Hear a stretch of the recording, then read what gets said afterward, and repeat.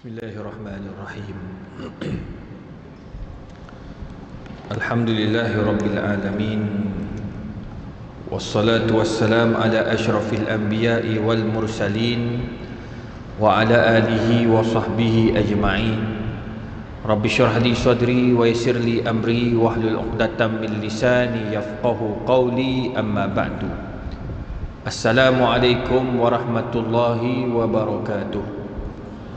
Pertama sekali kita bersyukur kepada Allah Subhanahu wa taala kerana dengan izin dan limpah kurnianya, alhamdulillah, tuan-tuan, puan-puan yang dikasihi sekalian, pada malam ini kita dapat sama-sama berkongsi ilmu, saling ingat memperingati antara satu sama lain, sebagaimana firman Allah dalam Al-Quran, wa dzakkir fa inna dzikra tanfa'ul mu'minin.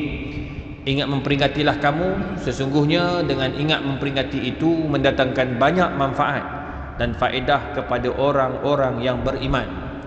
Tuan-tuan, puan-puan yang dirahmati Allah, alhamdulillah, sedar tak sedar tuan-tuan, kita dah nak masuk Ramadan. Sedar tak sedar kita sudah berada dalam doa, lingkungan doa yang dibaca oleh Nabi SAW, para sahabat dan para ulama, hatta kita pada hari ini. Allahumma barik lana fi Rajabin wa Sya'ban wa ballighna Ramadan. Kita dah ada dalam bulan Rajab, ada bulan Sya'ban, dan insya-Allah masuklah Ramadan kita ni tuan-tuan. Bila sebut bulan Rajab, pastinya kita akan ingat peristiwa Isra' dan Mi'raj. Tuan-tuan, peristiwa Isra' Mi'raj ini bukanlah benda yang boleh kita anggap macam alah, ini hanya sekadar sejarah.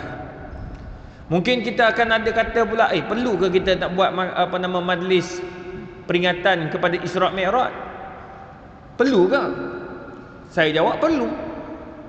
Kalau Valentine's Day pun orang buat, orang ra'i, yang pasti jelas-jelas daripada zaman-zaman orang kata apa, daripada Kristian punya amalan, kita sambut. Budak-budak kita bukan main beli bunga ros hadiah pada kekasih, walaupun kekasih tu belum tentu lagi, sampai ada tiga bunga ros, 3 orang berbeza-beza.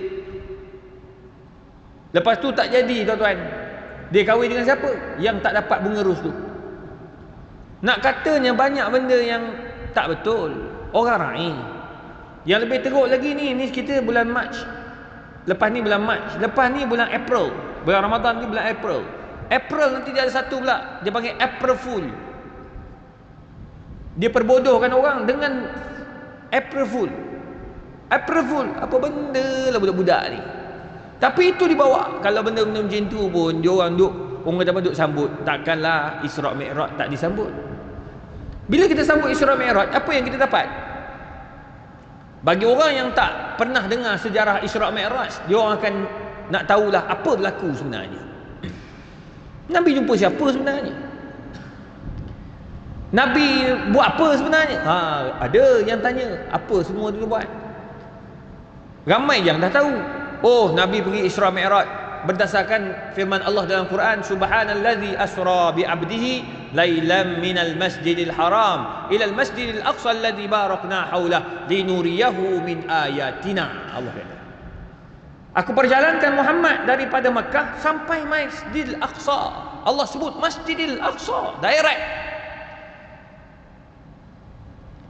Kemudian dalam hadis pula Nabi kata apa? La tushaddur rihal illa ila salasati masajid. Tak payahlah kamu ni bersungguh nak pergi nak simpan duit banyak-banyak kecuali 3 masjid kamu kena simpan. Pertama, Masjidil Haram. Yang kedua, Masjidil Aqsa. Yang kedua Masjid Nabawi. Yang ketiga Masjidil Aqsa. Simpan duit pergi ni dapat pahala, walaupun kos makin tinggi. Ni sekarang ni nak pergi umrah ni, tuan-tuan. Asal dulu kalau duduk depan 50 meter depan Kaabah tu 7,099 dah dapat dah, 8,000 lah kita dah dapat dah. Betul kan? Sekarang tuan-tuan nak duduk depan Kaabah tu yang 50 meter untuk harga lepas Ramadan ni, semalam saya jumpa Datuk Zawawi, dia Iman Travel, dia kata minimum 12,500. Ini bilik berempat dan mungkin berlima. Kalau nak berdua, insya-Allah dapatlah dalam 14,000 dapat. Saya tanya Ustaz Abdul Khairi pun sama juga, dia kata itu harga untuk Disember 2023. Dapat dah harga, dia orang dah keluar dah. Arab Saudi dah keluar kan, apa ni, hotel-hotel dah keluar. Ada kata mahalnya ya Allah, ada yang nak pergi pakai business class. Kalau 12,000 yang 14 duduk 4 orang tu, 12,500 tambah lagi 5,000 baru dapat business class. Sebab dia orang kata apa? Dia kata, Ustaz, saya pergi Jepun naik business class, saya pergi Europe naik business class, saya pergi Kelantan naik business class. Takkan saya nak bertemu dengan Nabi Muhammad SAW naik economy class sebab saya ada duit. Kalau orang tak ada duit, tak apalah. Ni saya ada duit. Takkanlah saya nak pergi dengan harga yang murah. Tengok, ada orang macam tu. Tambah. Jadi 18,000, 19,000 untuk pergi ke Mekah selama 10 hari. Tuan-tuan, kos tinggi. Selepas Covid semua barang naik. Kos hotel naik. Simpan duit banyak tu, dapat pahala. Sebab apa? Nabi suruh, la tushaddu rihal illa ila salasati masajid. Simpan duit untuk pergi Mekah, dapat pahala. Buat umrah. Tapi kalau tak mampu nak buat umrah, simpan duit wajib untuk haji. Tu sebab saya pesan pada para jemaah yang nak pergi umrah ni, kalau tak pergi haji lagi, simpan bagi penuh dulu untuk haji tu. Haji sekarang ni 31,000. Simpan sekurang-kurangnya 35,000 kena ada dalam akaun tabung haji tu. Simpan 35,000. Masa tahun lepas saya bawa jemaah haji tu, masa tu 25,000 kos muassasah muassasah. Kalau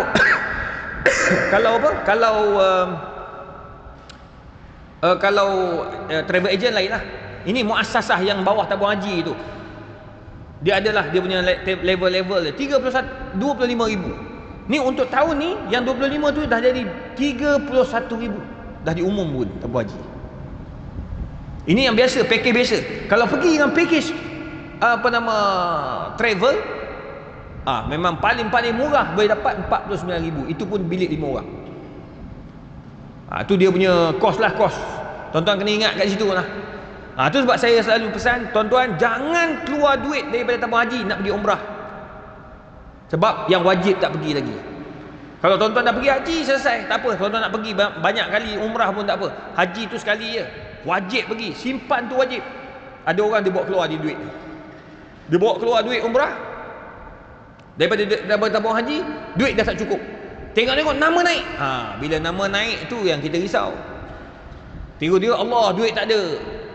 Kalau ikut travel agent, memanglah dia suruhkan semua pergi umrah dengan dia. Sebab apa? Sebab dia bisnes.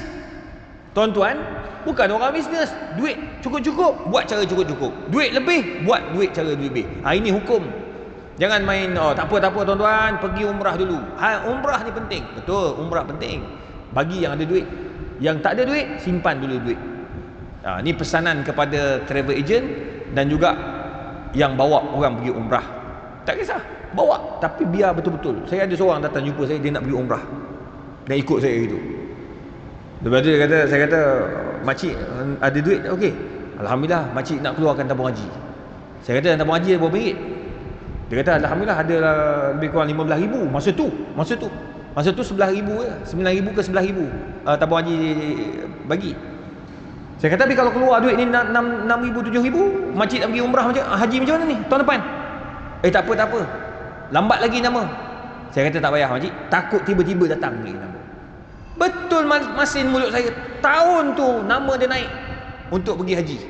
Dia kata, Ustaz, mujur Ustaz kata jangan pergi. Kalau tidak saya nak cekau duit kat mana Ustaz? 7,000 Ustaz. Orang kampung mana ada duit 7,000 cash. Orang Masjid As-Salam ni insya-Allah lah, kelip mata dia ada 7,000. Tuan-tuan, nak bagi tahu, memang kena duit. Dapat pahala. Pergi Masjid Aqsa, dapat pahala. Sebab apa? Allah Subhanahu Wa Taala dia letakkan macam tu. Mesti ada sesuatu. Sebab Allah tak jadikan sesuatu itu sia-sia.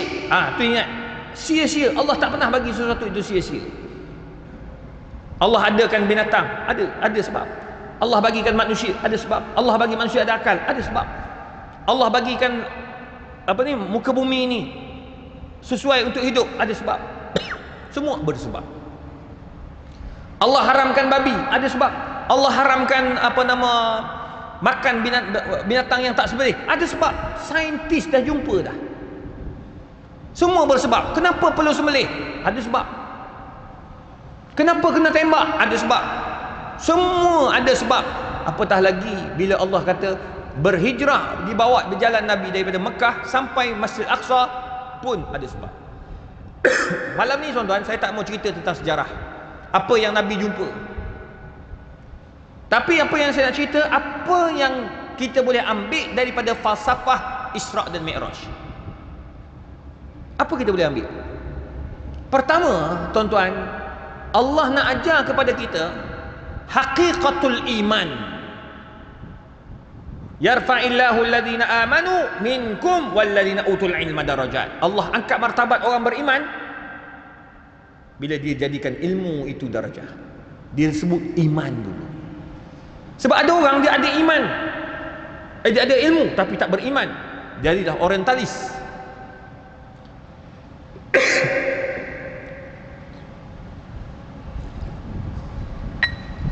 Jadi orientalis, jadi macam orang syirik. Dia tahu bahawa patung itu tak memberi apa-apa faedah, betul tak? Patung tahu tak ada apa. Bila datang apa banjir besar, tenggelam. Macam mana patung yang kita sembah tu tenggelam? Kita tak sembah patung. Dia kata kita sembah Tuhan yang ada patung. Mana patung tu? Nah, dia sembah, dia tahu, tapi akhirnya tak ada. Kita tak sembah Kaabah, runtuh Kaabah 5-6 kali pun tak ada. Kami tu bukan sembah tu, kami sembah Allah Ta'ala. Kaabah tak ada pun kami sembah Allah Subhanahu Wa Ta'ala. Nampak? Beza. Kaabah tak ada, kata hancur Kaabah tu, kami tak ada masalah, kami sembah Allah Ta'ala. Tu yang kau cium Hajar Aswad tu, itu bukan sembah. Siapa kata sembah? Tak ada pun kami tak sembah. Kami angkat tangan pun jadi, tak angkat tangan pun tak apa. Nampak?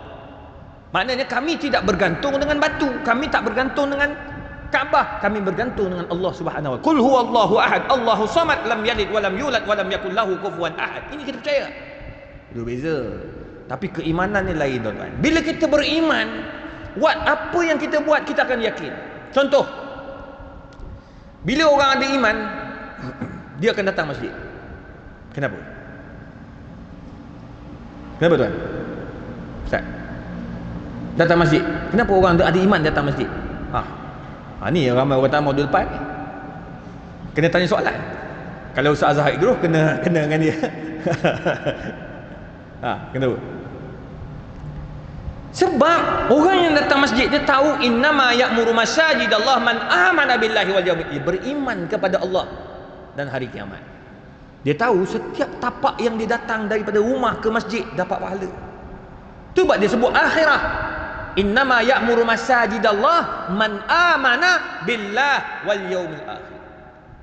Dia tahu bila dia beriman, Allah bagi apa yang dia janji, yang Allah janjikan kepada orang datang masjid, 27 pahala. Satu.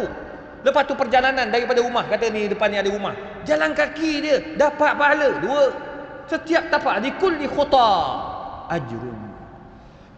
Setiap perjalanan kamu itu ada ganjaran dia. Dua. Lepas tu nombor 3, setiap tempat yang kamu duduk akan dapat salawat daripada malaikat. Apa dia? Doa malaikat. Innallaha wa malaikatahu yusalluna ala suffufil awwal. Dalam riwayat Nabi SAW kata apa? Allah dan para malaikat, dan riwayat yang lain, para malaikat berselawat, iaitu doa kepada orang yang duduk di saf-saf yang pertama. Allahumma salli Muhammad. Sampai peringkat tu, dia iman je, aku tahu Allah akan bagi ganjaran. Kalau dia beriman, dia akan datang. Tu sebab tuan-tuan datang. Ada yang kata, Ustaz, sama je semayang kat rumah dengan masjid. Tak sama bang. Mana sama? Tak sama. Dekat rumah kita dapat 20. Kalau semayang dengan isteri, dapat dengan anak, kita dapat 27. Tapi tak dapat yang perjalanan tu. Ada orang kata, Ustaz, saya naik motor je ni Ustaz, minyak motor lagi banyak. Minyak motor dikira Lepas tu apa nama minyak hitam kira, tayar pun kira bang, apa lagi nak? Sebab semua tu akan datang di akhirat. Berdasarkan hadis Nabi, kalau kamu duduk dekat apa nama, dekat tempat yang kamu solat, kamu duduk sampailah waktu lain masuk, kamu akan didoakan oleh malaikat, Allahumma ighfir lahu, Allahumma arhamhu. Ya Allah, ampun dosa dia, ya Allah rahmatilah dia. Tengok. Tuan tunjuk ke mana? Tiang tu akan datang jumpa haji. Ni pasang kamera ni, siapa suruh pasang? Tak ada orang suruh, tak ada kan? Tapi nak sebarkan ilmu, dapat pahala. Apa ni? Tu haji duduk kat tiang. Sama juga, tiang dinding, datang dinding tu datang di akhirat. Ya Allah, dia sandar kat aku, ya Allah, dengar kuliah ustaz, izhar ustaz, ya Allah. Siap sebut lagi nama aku, dapat sudah syafaat. Nampak tak? Bang, jangan main. Ini benda yang tak nampak, betul tak? Tak nampak ni lah yang kita kena kejar. Ada orang kata, ustaz betul ke ustaz cakap? Ustaz pun tak mati lagi. Memang tu sebab aku yakin, aku beriman dengan benda tu. Kalau kau tak yakin, kau mati dulu tengok. Mati sekarang. Kau mati nanti kau tahulah apa yang kau jumpa kat bawah tu. Masa tu kau bawa kereta mewah, mewah tak jalan bang. Kereta akhirnya kereta apa? Kereta kita pakai? Masjid kita pakai kereta apa? Hantar ke kubur. Jenama apa? Apa? Toyota. Toyota. Ada orang sekarang nak naik Toyota segan. Dia kata, punggung saya geli duduk atas kereta Toyota. Saya biasa BMW, dia kata. Oh tak boleh, dia ada urut-urut kat belakang. Ini Toyota bang. Oh, minta maaf. Nanti kau naik Toyota bang, silap bulan Nissan. Nah, silap bulan tak ada jenama, dia tulis tu van jenazah je. Bang, itulah van yang akan bawa dia. Walaupun kau ada kereta mewah Velfire harga 400,000, mana ada van jenazah buat pakai Velfire? Anak pun tak bagi. Jangan rosak cala kereta bapak aku. Bapak kau dah mati weh, ni bapak kau punya lah ni. Tak boleh. Kita naik van jenazah. Tengok perasan tak? Jarang anak dia tengok bapak beli kereta mewah, Velfire baru beli. Bapak dia meninggal dunia, anak pergi hantar kereta, panggil pomen, buang semua kursi nak masukkan kereta bapak. Apa nama jenazah bapak? Pernah tak berlaku? Tak ada lah kali datang Masjid As-Salam. Tok Imam, bapak saya meninggal, minta tolong nak pakai van jenazah. Lah van jenazah. Tak ada. Nampak tak? Masa tu baru teringat pada nazir masjid. Oh, dulu nazir masjid minta duit untuk wakaf van jenazah, kita kedekut. Sekarang baru tahu, sekarang aku nak guna benda tu. Tu jangan berkira masjid tu kan. Saya selalu pesan pada anak saya, pada isteri saya, kalau masjid minta bagi je. Kadang-kadang surau kita orang, saya ada dua, saya masjid ada, surau pun ada. Dua-dua kita kena jaga. Masjid minta, surau minta, bagi je. Dia minta apa nama khairat kematian, bayar. Jangan terlepas bayar. Ada pula yang jawab, jangan risau, mati lambat lagi, muda. Otak mana mati ni budak-budak anak murid saya ni, baru orang Sabah. Baru tahun 1 dekat universiti. Tahun 1 ni masuk baru umur apa? 19 ke 20 tahun. Bang, meninggal dunia baru ni bang. Sesak nafas meninggal. Dekat Sabah. Meninggal dunia sebab sesak nafas saja. Macam mana awak kalau dia kata, tak apa. Itu sebab bila kita ada iman, kamu akan buat benda yang Allah suruh. Sebab kamu yakin Allah akan bagi. Yang kedua, in tunfaq yunfaq alaik. Bila kau bagi, Allah bagi balik. Percayalah. Bila kau hadiah, Allah bagi hadiah balik. Kau hadiah, Allah bagi balik. Cuma kita tak tahu apa hadiah yang Allah akan ganti balik. Menerusi manusia. Takkanlah tiba-tiba kau bagi hadiah kereta, datang kereta baru daripada langit. Tak ada, takkan. Dia mesti melalui manusia, perantaraan manusia. Tu sebab jangan risau. Apa yang kita buat pasti akan sampai suatu hari nanti. Dan Masjid As-Salam ni antara masjid yang aktif lah. Daripada dulu lagi saya kenal. Cuma lama dah saya tak datang sini. Mungkin jadual padat sangat. Memang jadual saya sangat padat. Tapi nak bagi tahu tuan-tuan, Allah ni masjid yang mewah macam ni, mana datang? Duit tuan-tuan lah. Kalau duit tak duit tuan-tuan, duit ni pakcik-makcik yang dulu-dulu mula-mula hidupkan Masjid As-Salam ni, saya yakin dah ramai dah meninggal dunia daripada Masjid As-Salam ni. Dulu saya datang pada tahun 2010. Saya pernah datang. Lama dah. Mungkin ada sebahagian AJK yang dulu dah meninggal dah mungkin. Tapi percaya tak, sekarang ni kita hidupkan sekarang 2023, jenazah arwah masih dapat pahala sebab dialah yang antara yang menghidupkan masjid ni. Tuan-tuan tak tahu. Kalau tak percaya, jom kita mati. Masa tu baru kita tahu di mana syafaat solat, di mana syafaat Quran, di mana. Masa tu kamu nak cakap apa? Ya laitani kuntu turaba. Jadi macam orang kafir di padang mahsyar, dia tengok binatang jadi pasir, jadi tanah, dia kata alangkah indahnya aku jadi macam orang kafir itu. Akhirnya jadi tanah, jadi macam binatang. Binatang jadi tanah, tak masuk neraka pun, tak masuk syurga pun, jadi tanah. Baik aku jadi tanah. Bang, tak boleh bang. Masa tu kau nak jadi macam tu, tak boleh. Tak nak juga kita akan jadi macam Allah kata apa? Laula akhartani ila ajalin qarib fa asaddaqa wa akum minas salihin. Dah mati dah ni. Minta dengan Tuhan, ya Allah, boleh tak 1 minit aku nak patah balik? Aku nak jadi orang yang bersedekah dan jadi orang soleh. 2 benda dia minta. Bang, kau dah mati bang.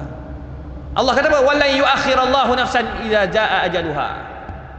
Bang, baru ni budak muda umur 20 tahun main rugby, badan tegak, anak driver kawan saya pergi. Ada, saya kalau tuan-tuan tengok dalam Instagram tu, saya ada rakam tu imam tengah ambil apa, tengah baca talqin. Tu imam tua dah. Tu imam tu baca talqin menangis sebab budak ni muda lagi. Tapi budak ni geng masjid tu menangis imam. Saya sebab belakang imam. Saya ambil video tu. Tuan-tuan, saya tahu kenapa. Saya tanya bapak dia, kenapa imam tu sedih? Pertama, imam tu kenal budak ni, budak muda, sihat.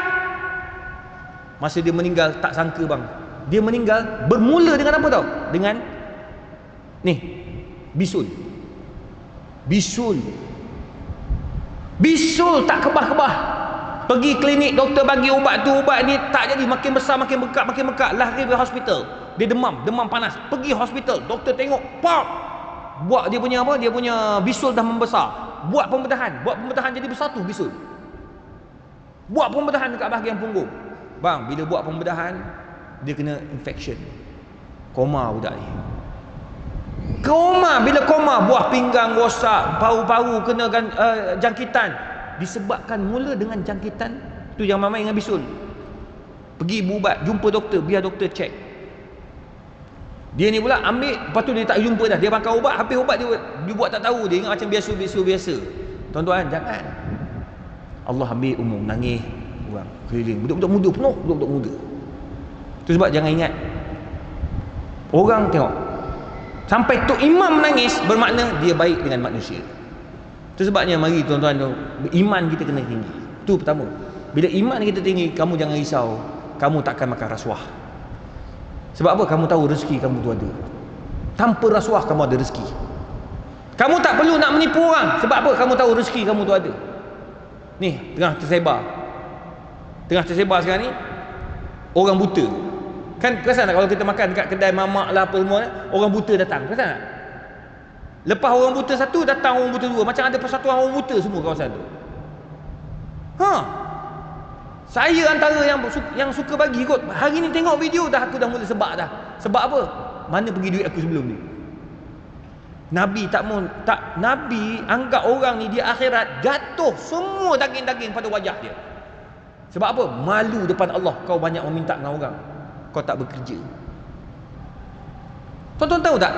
Dia elok-elok minta dengan, habis kedai tu jalan, perempuan tu bawa sampai Selekoh dia, pak naik kereta. Sebuah kereta lah, kereta pusing besar pula kereta tu. Orang tu rakam sampai belakang tu, elok pula buka pintu tak nampak pula dia. Tuan-tuan tengok. Itu sebab, antara sebab orang tak nak bersedekah, orang tak nak tolong. Perasan tak? Macam ada satu macam ejen tau. Lepas kita bagi yang ni, dia selalu nak jumpa orang buta ni. Bukan macam sekarang ni, nak jumpa orang buta bayar ni. Dekat kedai tu bagi je orang buta jalan. Oh, alhamdulillah makan. Belum habis mi, sampai pula orang buta nombor 2. Mana pula datang ni? Macam mana dia orang boleh tahu? Tengok, ni semua ni macam agenda-agenda tertentu. orang-orang yang nak menipu. Tuan-tuan, kau tak payah menipu. Kalau kau beriman pada Allah, rezeki kau tu ada, kau tak payah menipu lah. Berniaga lah. Kan? Berniaga. Orang saya lebih mulia orang yang berniaga, yang jual jual buah mangga dekat tepi jalan tu, lebih mulia daripada engkau datang minta sedekah. Sebab Nabi SAW cukup benci orang minta sedekah. Kecuali sedekah itu ada kaitan dengan majma', dengan industri, dengan kita punya tempat. Contoh, minta derma untuk masjid, untuk kapet, untuk ni, boleh. Tapi minta derma untuk kita, tak boleh. Kau tak payah minta derma, tak payah. Itu sebabnya kena ingat, bila kau ada iman, kau takkan buat benda-benda yang haram. Nombor dua, apa yang Allah nak ajar daripada peristiwa Isra' Mi'raj? Bila sampai di Masjidil Aqsa, Nabi naik jumpa di langit dunia, langit pertama. Nabi jumpa siapa? Siapa? Nabi Adam alaihi salam. Naik langit kedua, jumpa Nabi Yahya dan Nabi Isa. Lepas tu naik ke langit yang ketiga, jumpa dengan Nabi Yusuf. Naik langit yang keempat, Nabi Idris. Naik yang kelima, Harun. Lepas tu naik yang keenam, Nabi Musa alaihi salam. Dan yang ketujuh, Nabi jumpa dengan Ibrahim al-Khalil. Lepas tu barulah naik ke Sidratul Muntaha. Lepas Sidratul Muntaha, lepas tu dekat tu Baitul Atiq. Lepas tu turunlah. Orang kata apa? Arahan Allah, solat 50 waktu. Tuan-tuan, kenapa jumpa semua sahabat-sahabat tu? Apa benda sebenarnya Allah nak ajar? Allah nak ajar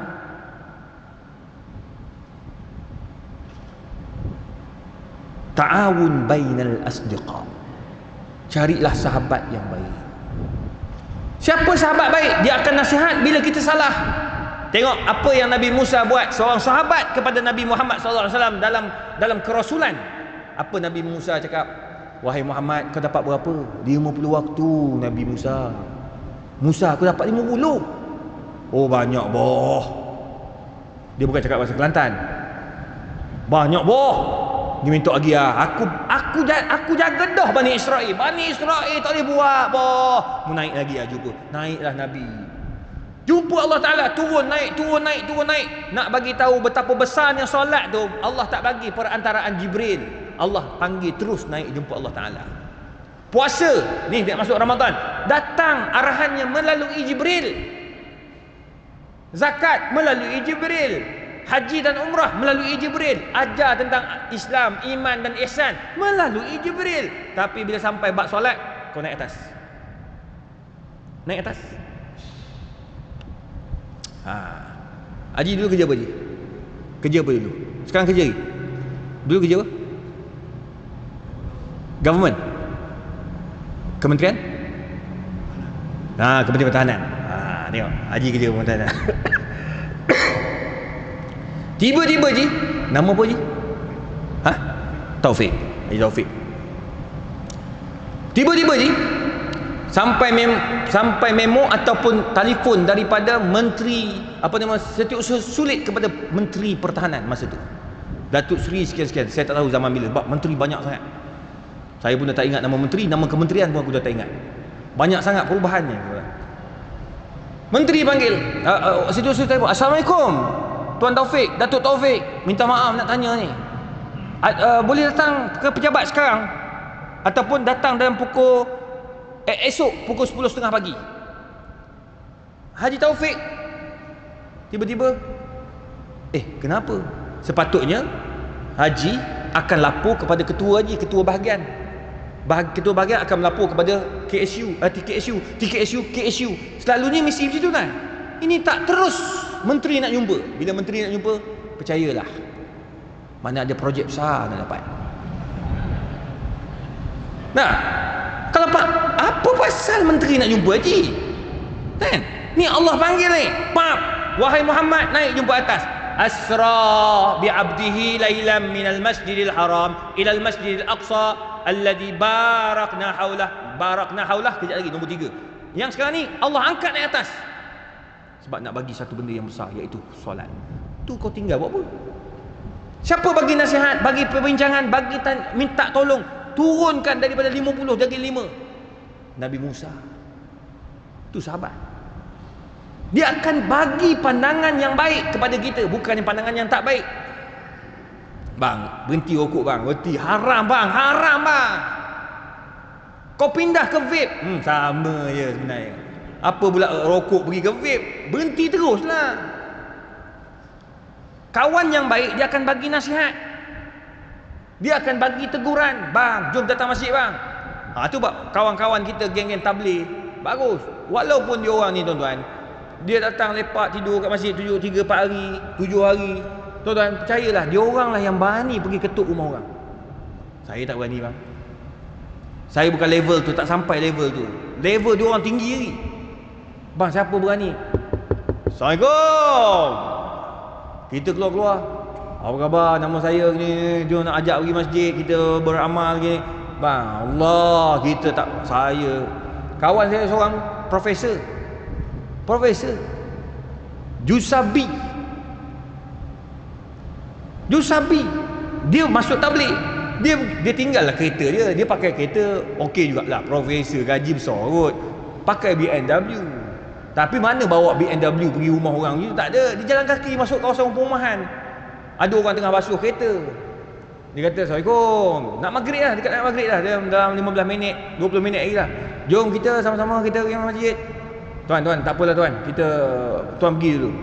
Tak nampak saya tengah basuh kereta. Kereta ni mahal tau. Kereta apa? Kancil. Termenung prof tu kata, aku nak cakap je, budak ni kata. Nak cakap je kata, Dek, tak apalah, kereta boleh basuh, tapi awak nanti akan dibasuh kat masjid. Pergi masjid, kalau mandi nanti mandi kat masjid. Orang selalu kan bila mati masjid kan. Dekat hospital kadang-kadang tak sempat, ramai dah. Kalau awal pagi mungkin boleh lah. Kalau dah tengah hari terlalu banyak, dah lambat. Dah kali dia kata ambil, bawa datang masjid, masjid akan uruskan. Tuan-tuan, kita ajak kawan, jomlah datang masjid. Biar kita semayang belakang imam sekarang. Jangan kita tiba-tiba duduk depan imam. Malu nanti. Orang mengangkat pun tanya, siapa mati tu? Alah, Pak Karim. Karim mana? Tu rumah depan tu. Aku tak berpecah muka dia lah. Ke nama samaran dia? Tak, betul. Memang dia tak pernah datang pun.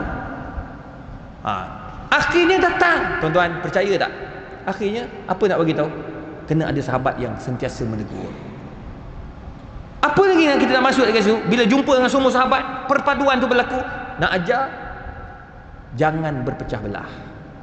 Jangan bergaduh. Kita bergaduh apa? Kalau kita bergaduh, apa yang memberi keuntungan kepada kita? Ni tengok bisnes. Tengok masuk tadi, dia panggil apa? Assalam apa tu? Ni yang jual tu depan ni, dia ada banner besar tu. Apa, teratak Assalam tu depan? Assalam Corner. Tu Assalam Corner tu kan. Tu yang menjual-jual tu orang pelbagai kan. Jangan marah. Orang ni jual tom yam, orang ni jual tom yam juga. Orang ni jual sup ke apa benda. Jangan kutuk-mengutuk antara geng-geng tom yam. Tom yam A kata tom yam B, tom yam B kata tom yam C. Apa benda kau merepek ni? Buatlah yang terbaik. Tom yam A, dia buatlah tom yam apa? Tom yam putih. Yang nombor 2 tom yam kuning. Nombor 3 tom yam tak ada warna. Yang penting sedap. Macam pergi Thailand, buat sedap semua. Okey. Kenapa kita bergaduh? Ini bergaduh sampai jumpa sihir, jumpa tok apa, jumpa tok bomo. Apa kau dapat? Syirik dapat, keberkatan hilang. Kenapa bergaduh? Dalam perniagaan, dalam rumah Allah nak bergaduh apa lagi? Dalam rumah Allah nak bergaduh lagi. Ni yang pergi yang ketiga ni. Apa benda yang ketiga? Dah azam belum? Seminit lagi. Tuan-tuan, bila bagi nombor bila kita bergaduh, kita akan terikut dengan agenda yang ketiga. Yang saya nak sebut ni, yang Allah kata linuriyahu min ayatina. Apa benda yang Allah kata linuriyahu min ayatina itu nombor 3? Tuan-tuan, jangan ke mana-mana. Kita sambung selepas Isyak. Baik saya berhenti sekarang, daripada saya bercakap dia suruh berhenti. Hilang mood aku. Kita berhenti awal-awal. Tuan-tuan dan puan, perkara yang ketiga. So kita ada 3. Pertama tadi, Daripada peristiwa Isra' Mi'raj nak ajar keimanan. Bila kau ada perasaan iman kepada Allah, kamu yakinlah kamu akan buat semua yang Allah suruh dan Nabi suruh. Nombor dua, kamu kena ada sahabat yang baik. Musahabatul ashab. Nabi selalu pesan cari sahabat yang baik, sebab sahabatlah yang akan menyebabkan kita jadi baik, dan sahabat juga yang boleh menyebabkan kita jadi jahat. Kajian dibuat di Kajang, dibuat dekat anti dadah negara. Antara punca kes dadah kawan. Antara punca. Saya ada seorang artis terkenal, penyanyi terkenal. Saya kata macam mana boleh terjebak dengan dadah? Dia kata, ustaz, kawan. Bermula dengan kawan. Sebab jadi artis stres. Kita tak boleh nak tidur, kita tak ada masa, kita letih, kita jadi stres. Bila dia kata stres tu senang je bos, kau makan ni, try ni. Dia sekali try habis rosak tuan-tuan. Kawan. Cuba cari kawan yang baik. Nombor tiga, ni ramai anak-anak muda datang. Cari kawan yang baik. Hari ni alhamdulillah anak-anak muda kita pergi majlis Selangor berselawat lah, Melaka berselawat lah, Johor berselawat lah. Buat sampai 50,000 orang, budak-budak muda datang. Pakai selendang, pakai jubah.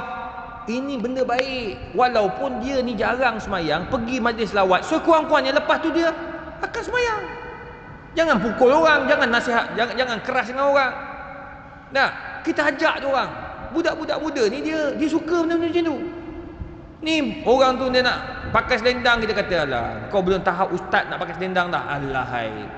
Biarlah dia pakai selendang. Apa masalah kau? Yang penting dia nak mengajak kepada kebaikan. Daripada dia pakai seluar koyak, baik pakai selendang.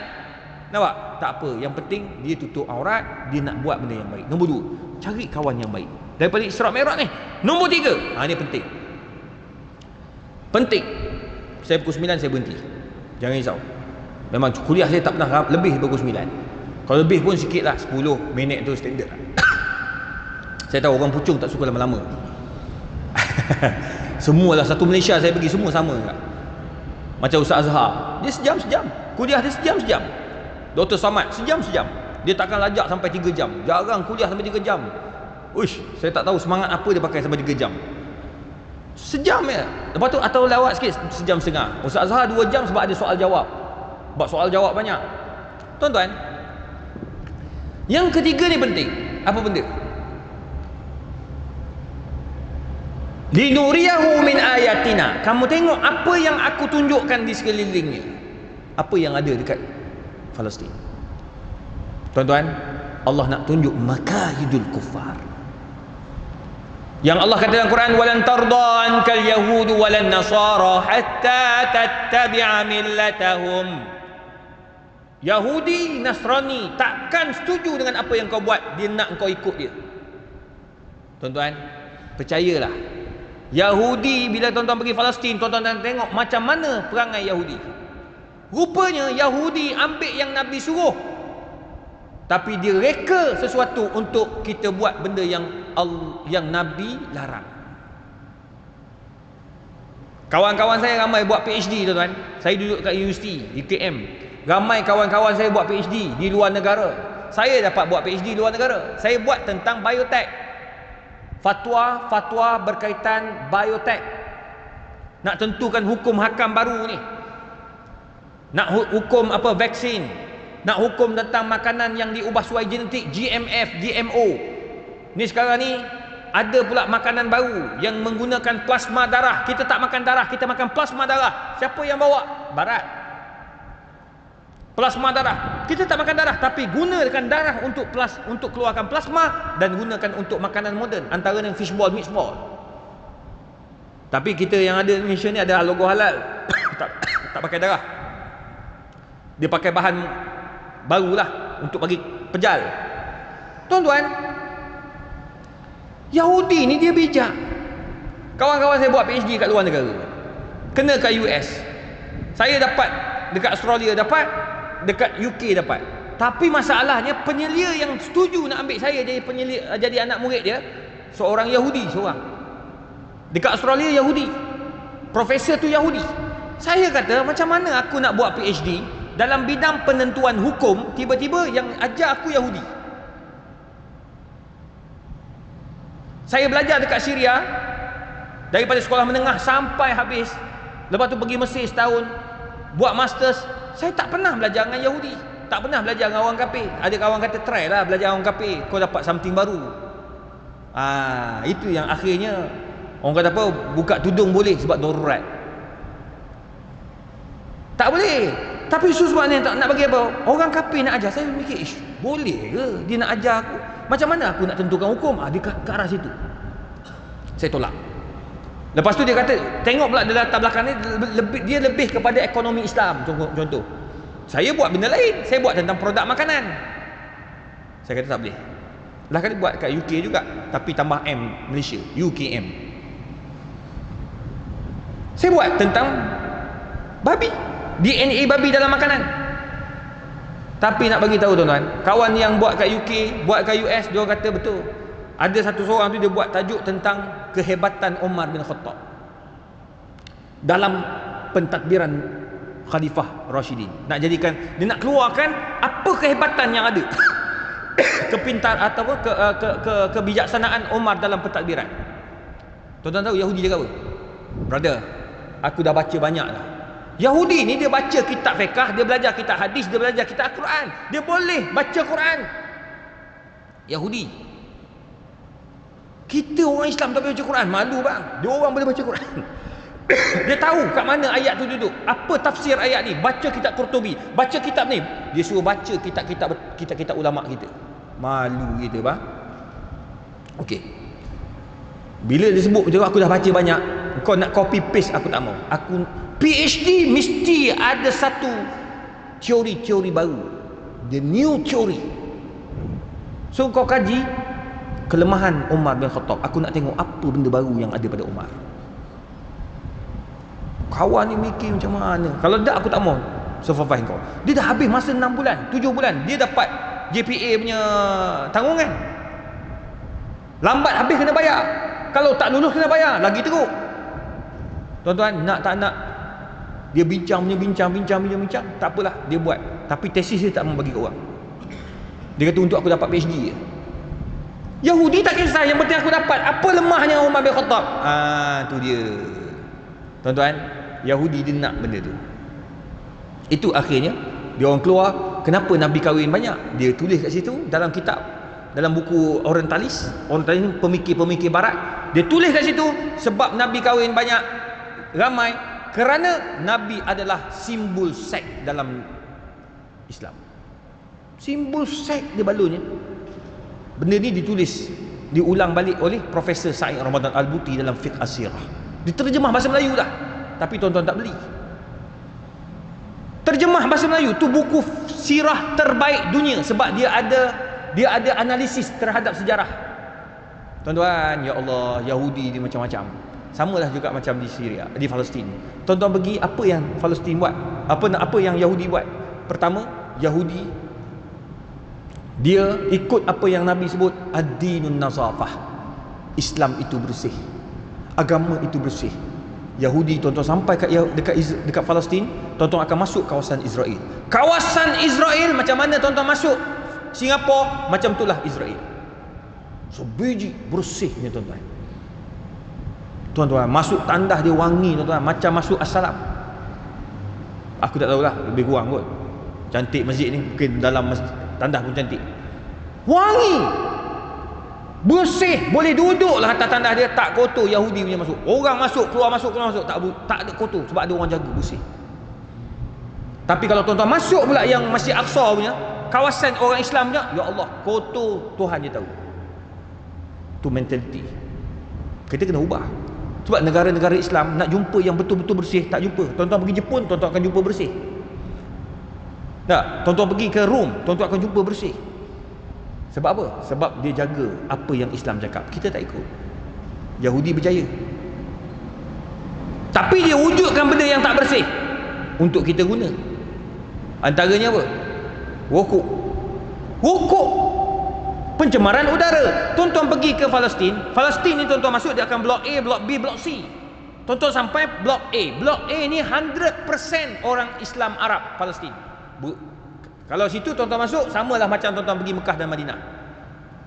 Dia punya tandas, kalau tuan-tuan masuk, nak berak, tahi masuk balik. Tak jadi keluar. Sebab apa? Tahi kat situ dah ada dah. Jadi tahi Melayu dengan tahi Arab tak boleh bersatu. Nak masuk balik bang, simpan sampai Mekah baru nak berak. Saya tahu sebab saya bawa jemaah. Ni sekarang ni ada kontraktor tengah fikir nak bincang dengan Arab Saudi macam mana nak membangunkan RNR dekat Arab Saudi. Dulu Perdana Menteri yang keempat, Datuk Seri Dr. Mahathir Mohamad, pernah bagi cadangan pada Arab Saudi untuk buat longkang. Masa tu saya kat Syria, buat longkang besar kerana banjir. Kaabah selalu banjir. Apa jawapan dia orang masa tu? Tak payah buat sebab Mekah jarang banjir. Sekarang tuan-tuan, Mekah selalu banjir. Saya pergi bulan 12 ni, banjir. Pergi makan dekat restoran dekat 5 minit nak sampai Masjid Nabawi. Dekat je makan, balik. Kereta ni, cermin kereta bawah sikit dia air. Hujan sejam je hujan dia. Banjir bang. Kereta tu berhenti tepi. Kita orang nak balik Masjid Nabawi, berhenti tepi jalan kaki. Lebih kurang 2 km. Sebab apa? Kereta mati tengah jalan, panas. Kami punya risau takut dia mati dalam air. Berenang kita orang. Air dia tak usah campur dengan lumpur. Tuan-tuan tengok. Pergi kat sana tak jumpa tuan-tuan. Bersih. Tapi sekarang ni apa dia buat? Dia buat pencemaran udara, rokok. Saham terbesar Yahudi. Ni Facebook. Facebook pemilik dia Yahudi. Tak. Tapi dengan Facebook lah orang sebarkan ilmu. Ramai mana orang belajar daripada Facebook. Sekali live berapa puluh ribu tengok. Tuan-tuan, Yahudi. Cuma rokok dia buat macam mana? Rokok kalau tuan-tuan pergi Singapura, tuan-tuan duduk kedai mamak ke kedai apa saja yang ada, tuan-tuan rokok je terus kena saman. Saman dia bukan sikit bang, dolar Sin. Dekat sana tuan-tuan kena saman dolar USD. Kena saman. Sebab apa? Tak boleh merokok. Padahal dia orang pencatur utama rokok dunia. Tuan-tuan tahu tak apa berlaku? Dia tak bagi. Nak rokok, dia ada smoking area belakang-belakang dekat dengan tandas. Level orang isap rokok ni sama dengan tandas je, sama nak berak duduk kat belakang. Tak boleh kau isap tengah jalan, kena tangkap. Tu tengok. Bukti kedua, bila kita masuk kalau kita pergi Palestin, kita akan dibawa ziarah tempat ibadat orang Yahudi. Dia orang baca Alkitab. Bila kita masuk kawasan, cantik tuan-tuan, masuk kawasan dia punya tempat ibadat sangat-sangat bersih. Syarat nak masuk masjid dia, pertama mesti pakai kopiah atau tutup kepala. Atau tutup kepala.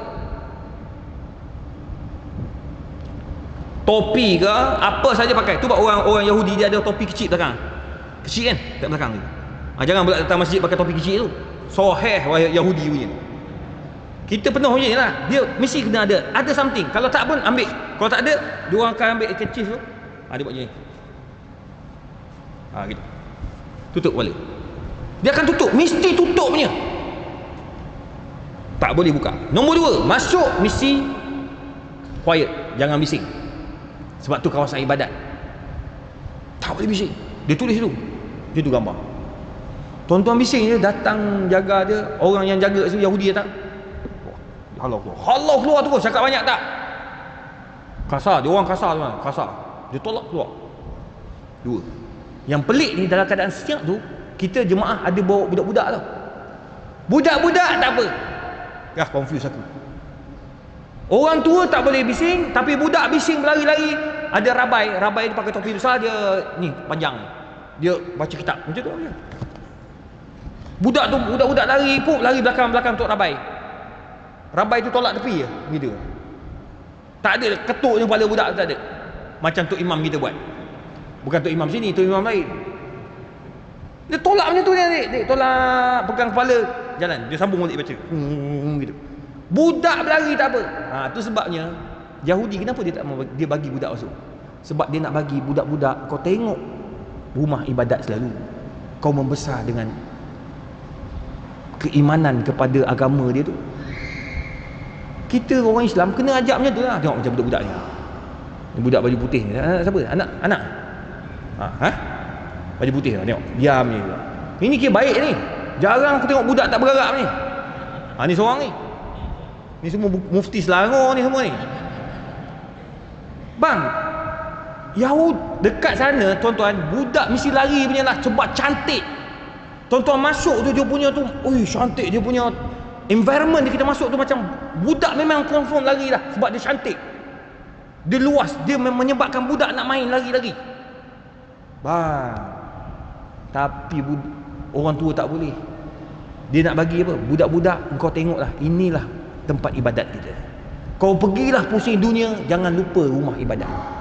Kita orang Islam pun sama, ajak orang budak-budak datang. Bila budak-budak datang, tuan-tuan dan puan, kita tak, jangan marah dia. Ini tak, budak lari sikit, sunat je kerja je. Mentang-mentang AJK semua dah sunat. Janganlah macam tu. Dulu, ingat dulu banyak kalau kita masuk, mesti belakang tu ada soft budak-budak kan. Perasan tak? Sekarang dah tak ada lah. Masjid ni ada tak? Tak ada kan? Tak ada lah. No, ni bekas budak muda. Buat jadi bagus. Dulu masa awal-awal saya balik dari luar negara, semua masjid mesti ada soft kanak-kanak, soft kanak-kanak kan. Bang, tak ada dah. Apa pasal soft kanak-kanak pula? Ustaz, budak duduk ni putus soft. Putus soft sebab kau tak belajar fiqah. Bila budak lari, budak standard, dia angkat takbir Allahu Akbar. Dia punya semayang, dia ikut sunnah Nabi. Bermula dengan takbir, berakhir dengan salam. Dia angkat takbir, dia pergi main. Imam tengah salam, dia masuk sambung balik salam. Itu je solat budak-budak. Solat kita yang penuh. Bila budak lari ke belakang, apa tanggungjawab kita yang duduk dalam soft tu? Rapatkan. Kan? Kita diajar rapat. Yang dekat dinding rapat, kosong sana masuk. Yang belakang masuk. Ini tak, semua pakat tak nak masuk. Aku pun tak faham kenapa tak masuk. Kita diajar masuk. Satu. Baru rapat soft. Dapat pahala tu siapa yang merapat-rapatkan soft. Nombor dua, tuan-tuan, bila budak ni duduk dalam soft, ada orang kata jangan sebab dia tak sunat lagi ustaz. Najis budak tu. Pandai-pandai pula kau menajiskan budak. Kulup dia najis ustaz. Mana kau tahu? Imam Nawawi kata kalau budak-budak yang nak datang yang tak sunat lagi, mak bapak basuhkan yang depan tu. Dia panggil kulup depan tu. Basuh biasa je, bubuh sabun. Itu dah cukup. Tak payah kau celup dengan klorok. Mati budak tu je. Basuh elok-elok, wudukkan budak tu. Dia datang, kalau dia sembahyang penuh, sah tak sembahyang dia? Sama macam tawaf. Ni, anak kakaknya Lofa. Aku tahu tuan. Pergi Mekah kecil lagi. Dah sunat ke budak tu? Cuba marah budak tu. Bapak dia datang pukul lagi. Ni, budak tu kecil lagi tak balik. Tapi sah tak tawaf dia nanti? Kalau dia ditawafkan dengan betul, dia disa'ikan dengan betul, dia ditahallulkan dengan betul, selesai. Umrah dia sah. Faham tak? Sama juga macam semayang. Kalau dia semayang penuh, sah. Tapi kalau dia tak semayang, dia cabut lari, angkat takbir, dia cabut, lepas tu masuk salam, memang tak sah. Tapi dia berdosa tak? Tak berdosa, maka sah. Yahudi macam tu dia buat. Sebab Nabi SAW bawa Hasan dan Husain datang semayang.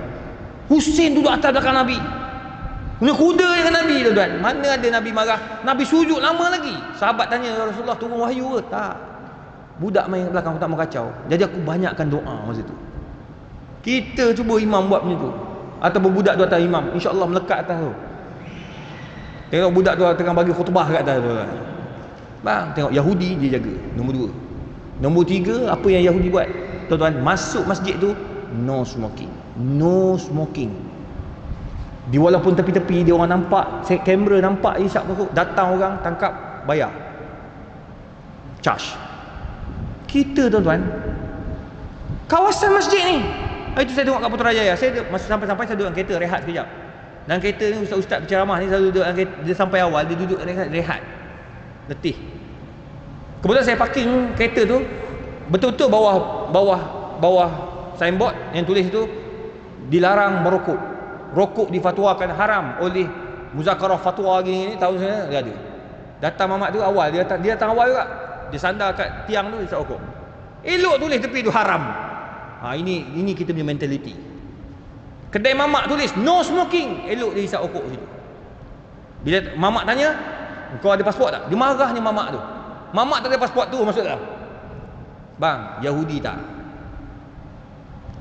boleh. Rabai dia pun tak isap. Ini tak. Kita dalam kawasan masjid isap. Saya pergi masjid, ceramah satu masjid, ni penutup. Pergi ceramah satu masjid, tuan-tuan, tengah ceramah, penuh orang masa tu. Masjid tu dekat sebuah negeri. Dia pintunya ni lah, tapi dekat bawah. Pintu sebab terlalu ramai, padat, terpaksa buka sebab aircon dah tak terasa. Masjid ni tak apa sebab tak ada aircon terus. Buka. Bila buka nampak, buka cermin macam ni. Tepi tu jalan, dalam kawasan masjid, tepi tu jalan raya, luar dah. Tengah-tengah saya ceramah, lagi 10 minit nak habis. Macam ni lah, lagi 10 minit. Lagi 2 minit ni dah habis lah. Tengah-tengah ceramah tu, tiba-tiba kita tengah ceramah, cang, merah. Saya pun tengok. Budak-budak muda ni semua makan tengok situ. Tengok ada orang tengah isap rokok. Pakai jubah, pakai skopiah. Saya dia ni terkejut tuan-tuan. Dia tak boleh saya benda gitu. Ni, siapa isap rokok ni? Dia pun tengok. Ni masjid, kawasan masjid. Pergi isap keluar. Kaku report Jabatan Agama. Keluar. Saya halau dia, saya lupa yang saya tengah ceramah. Mikrofon hidup. Keluar. Saya marah sungguh tuan-tuan. Sebab fatwa haram kan. Macam mana kau isap macam tu? Kau nak isap jauh-jauh sikit. Budak-budak muda universiti tu tengok. Saya kata, malu kau orang ni, pergi isap keluar. Dia pun pegang rokok ni. Dia jalan sampai keluar pagar tu, ada tiang api. Dia isap kat tiang api. Nampaklah sebab pintu tu buka. Nampak tu tengah isap. Ingatkan taubat, tak taubat juga. Tak apalah dia isap lantak dia. Dia penting dia mati seorang-seorang, duduk kat luar tu. Habis sembahyang, saya imam. Lepas imam sembahyang apa, doa apa, salam. Bila salam, AJK semua salam. Ustaz, bagus. Tegur tuan yang bagus. Ini betul. Seorang salam seorang lagi. Alhamdulillah Ustaz. Tahniah Ustaz, tegur. Terus direct Ustaz, bagus. Ini yang kita mahu. Salam seorang lagi, Ustaz. Dalam ramai-ramai Ustaz yang paling berani. Saya kata, kenapa semua cakap macam ni? Siapa mamak tu? Ustaz, dah ramai orang tegur Ustaz tak jalan. Dia tu imam satu Ustaz. Mana gue tahu. Tapi masa makan tu, dia datang minta maaf. Sebab saya kata nak report Jabatan Agama tu. Dia datang minta maaf lah. Dia kata, Ustaz, saya minta maaf Ustaz, saya dah biasa tu. Saya kata, jangan. Imam sebagai contoh tauladan. Ini Yahudi nak. Dia nak kita ni agamawan buat benda yang Allah larang. Kita imam buat benda tu, Yahudi tak bagi. Macam mana kau buat? Tengok, Yahudi dia akan buat. Kamu akan tengok bahawa Yahudi berjaya buat benda yang Allah larang untuk kita pakai. Tapi dia ikut semua yang Nabi suruh. Kebersihan, strategi mengatur negara tu. Padahal negara-negara haram. Dia buat macam mana strategi dia? Dia ambil Nabi ajar buat strategi dalam setiap pentadbiran. Dia strategi dia, blok A Yahudi, orang Islam. Blok A ni di bawah. Dia macam ni bentuk dia. Bentuk dia ni blok A, blok B, blok C. C ni kawasan campuran Yahudi dan Arab. Atas ni Yahudi 100%. Orang Palestin tak boleh masuk ni. Ini dia panggil Jerusalem, atas sekali.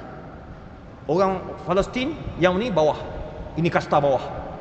Kalau berlaku banjir besar, yang bawah ni semua ambil.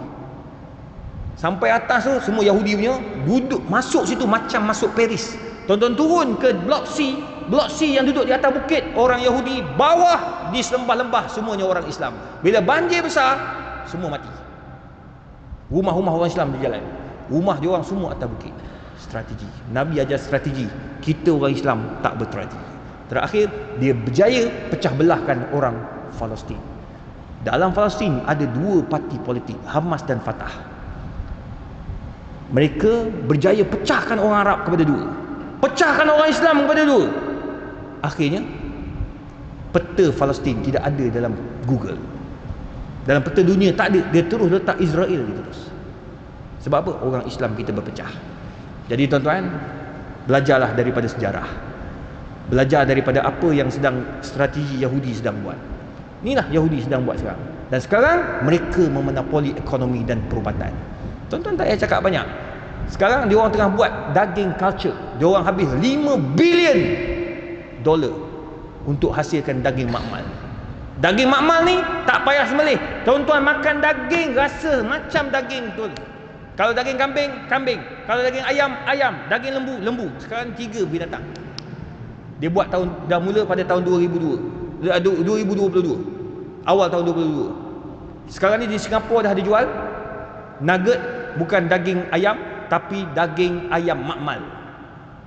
Rasa 99% rasa sama. Saya buat kajian dekat UKM. Saya dapat dana. Ni saya akan bentang depan mufti-mufti nak tentukan hukum dia. Dekat US dah jual secara berleluasa. Dekat Israel semua dah makan daging tu. Sekarang dia buat 3. Lembu, kambing dan ayam. Tuan-tuan percaya tak? Setahun atau 2 tahun lagi dia akan buat daging babi makmal. Bila daging babi makmal, tuan boleh makan tak? Tuan Imam, dia bukan babi makmal, tu daging makmal. Faham tak Ji? Oh, dia marah dia. Kena pula ini jemaah-jemaah yang otak terbuka sikit.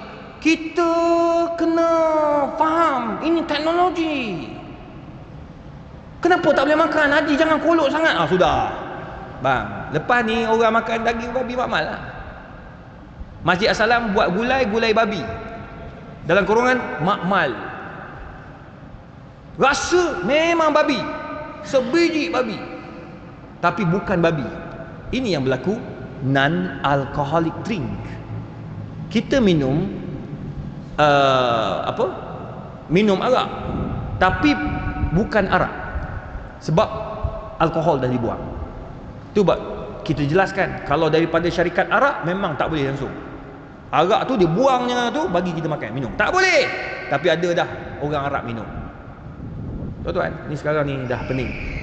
Itu sebab tuan-tuan, sebenarnya banyak benda yang saya nak kongsi, tapi dah pukul 9.10, saya dah ambil 10 minit. InsyaAllah saya minta maaf banyak-banyak. Kita jumpa pada tahun hadapan 2024. Tahun 2023 dah tak ada lah, penuh lah. Jadi kita jumpa tahun 2024. Kita sambung lagi. Ada 3 lagi apa yang Yahudi sedang buat. Masa tu benda baru pula. Jadi kita jumpalah tahun depan. Jadi apa yang baik itu tuan-tuan perempuan daripada Allah Subhanahu Wa Taala. Dan saya doakan adik-adik yang muda-muda datang ni, belajarlah 3 benda tu. Daripada peristiwa Isra Mi'raj, keimanan, persahabatan, cari kawan yang baik. Yang ketiga, ingat musuh Islam tak pernah duduk diam. Allah sendiri yang bagi tahu dalam Quran, walan tardha ankal yahud walan nasara hatta tattabi'a millatahum. Wabillahi taufiq wal hidayah. Wassalamualaikum warahmatullahi wabarakatuh.